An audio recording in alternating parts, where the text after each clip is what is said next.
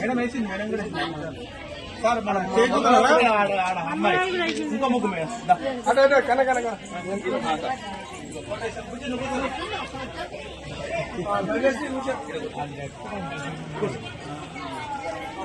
చెప్పరా నీ ముగ్గు ఎక్స్ప్లెయిన్ అని చెప్పు భవ్యశ్రీ నీ ముగ్గు ఎక్స్ప్లెయిన్ చేయి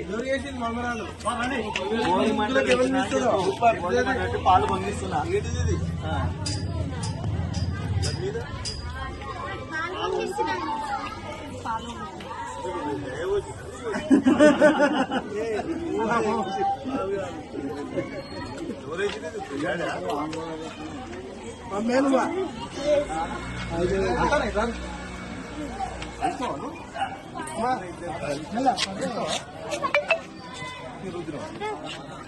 ఏం పేరు తాత పేరు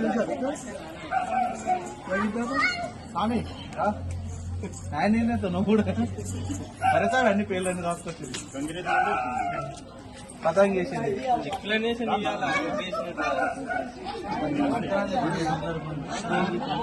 అంటలేదని చెప్పారా ఓకే రాదా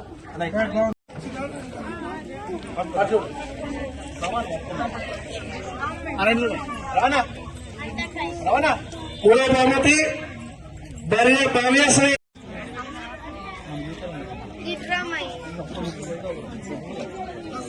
సెకండ్ ప్రైజ్ శిల్పంగా జైత్ర హేమలత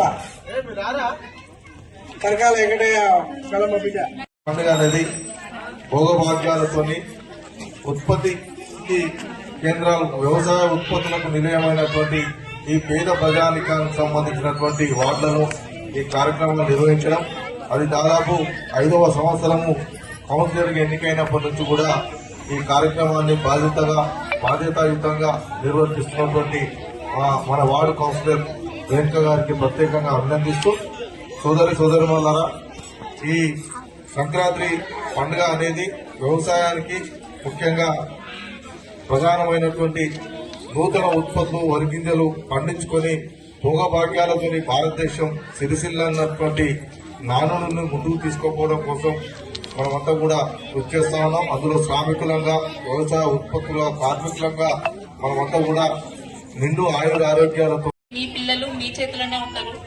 చెట్టయి వంగని మానయి వంగదు. దయచేసి మీ పిల్లల భవిష్యత్తుని మీరు మైండ్ లో పెట్టుకొని సీరియల్ వచ్చిందని ఫోన్లు చూస్తున్నామని కాకుండా మా పిల్లలు ఏం చేస్తున్నారు అనేది చూడండి. దయచేసి ఇప్పుడు సంక్రాంతి పండుగ వచ్చింది. ఈ పతంగులు అని చెప్పేసి బిల్డింగ్ల పైన ఎక్కి పతంగులు ఎగిరేయడం, ఆ మాంజాలతోనే ఆడడం, ఆ కెమికల్స్ తో తయారైన మాంజా ప్రాణానికి హానికరంగా ఉంది. కాబట్టి ఒకసారి ఇచ్చిన ప్రాణాన్ని ఒకసారి రావడానికి ఎంత కష్టమో ఆ ప్రాణం పోతే కూడా అంతే కష్టం. మళ్ళీ రాదు. పైసలు ఎన్నైనా వస్తాయి, ప్రాణం రాదు. దయచేసి మీ పిల్లల్ని మీరు జాగ్రత్తగా చూసుకోండి. అదే విధంగా నేను 2020లో గెలిచాను. గెలిచినప్పటి నుండి ఇప్పటి వరకు నా వార్డు ప్రజలకి నేను అందరికీ సహాయ సహకారాలు చేస్తూ అందరి ముందు ఉన్నాను. నన్ను ఇదే విధంగా ఆదరించండి. మీరు అడగగానే నేను ఏదానికి ఎందుకు వెళ్ళను. మరి అదే విధంగా మన కాంగ్రెస్ ప్రభుత్వం వచ్చి 1 ఇయర్ అవుతున్నప్పటికీ ఈ 6 గ్యారంటీల పథకంలో ప్రతి ఇంటికి ప్రతి ఒక్క పథకం అందేలా నేను చూసుకునే బాధ్యత నాది. ఇక్కడ ఉన్న ప్రజలకు, మహిళలకు ముఖ్యంగా వాళ్ళకి ఆకలి అవుతున్నప్పటికీ ఇంత ఓపికతో నిలబడ్డందుకు చాలా చాలా ధన్యవాదాలు. అదేవిధంగా మరి ఇక్కడికి విచ్చేసినటువంటి ప్రమోదన్న గారికి, జహాంగీర్ అన్న గారికి, మరియు రిటైర్ ఎంఈఓ రవివర్ధన్ సార్ గారికి, పట్టు రామచంద్రయ్య గారికి, మరియు మా వార్డు యూత్ సభ్యులకు, అరుంధతి యూత్ అందరికీ పేరు పేరున, ఇక్కడ ఉన్న మహిళలందరికీ పేరు పేరున సంక్రాంతి, భోగి, కనుమ శుభాకాంక్షలు తెలియజేస్తూ చాలా చాలా ధన్యవాదాలు. మీ అందరికీ నేను రుణపడి ఉంటాను. చాలా అవకాశం. భువనగిరి పట్టణంలో 23వ వార్డు ఇంద్రానగర్లో నిర్వహించినటువంటి మన రంగవల్లిక ఈ రంగు ముగ్గుల పోటీ అనగానే మహిళలందరూ ఇంట్లో పని వదిలిపెట్టుకుని మరి ఇక్కడికి విచ్చేసి ఇంత అద్భుతంగా వారిలో ఉన్నటువంటి కళా నైపుణ్యాలను బయటకు తీసి ఎంతో చాలా చాలా అంటే చాలా గొప్పగా మన ప్రకృతిని, మన సంస్కృతిని, మన ప్రపంచాన్ని ఏలినటువంటి అంబేద్కర్ గారి యొక్క డెమోక్రసీ గురించి, ప్రజాస్వామ్యం గురించి, అదే విధంగా మరి భోగి మంటలు అంటే ఏంటి, పాడి పంటలు, పైరులు, చిరుధాన్యాలు, భోగి, సంక్రాంతి, కనుమ అన్ని పండుగలు ఒక్కరోజు అయితే మన సంక్రాంతి మాత్రం 3 రోజులు జరుపుకుంటాం.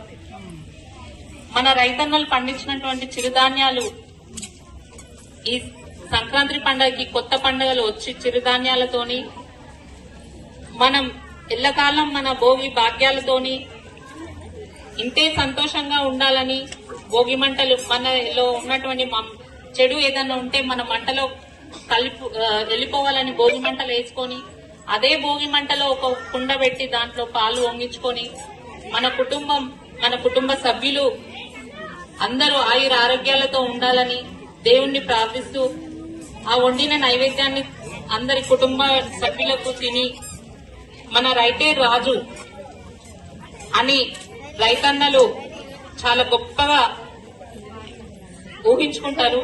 ఈ సంక్రాంతి చాలా గొప్ప పండగ. ఒక రైతు పొలంలో వేసిన విత్తు మళ్ళీ అతని చేతికి వచ్చేంత వరకు ఆయనకు ఒక భయాందోళన, పంట వస్తుందా రాదా. సంక్రాంతికి ఆ పంటను చూసిన తర్వాత ఆ ధాన్యాన్ని చూసి ఆ సంతోషంతో ఈ సంక్రాంతి పండుగ చేసుకోవడం జరుగుతుంది. అవునా?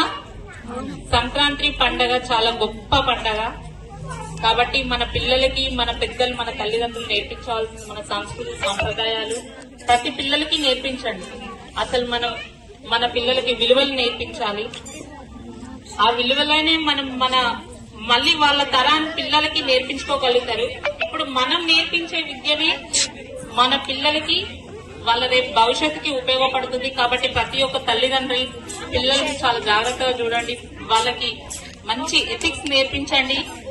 పెద్దల పట్ల గౌరవాన్ని, మరియు స్కూల్ కి వెళ్లిన తర్వాత మా పిల్లలు ఏం చేస్తురు, ఫోన్లు ఇచ్చి కూర్చోబెట్టకుండా మా పిల్లలు ఏం చేస్తురు, అసలు మా పిల్లలు ఫోన్ లో ఏం చూస్తురు.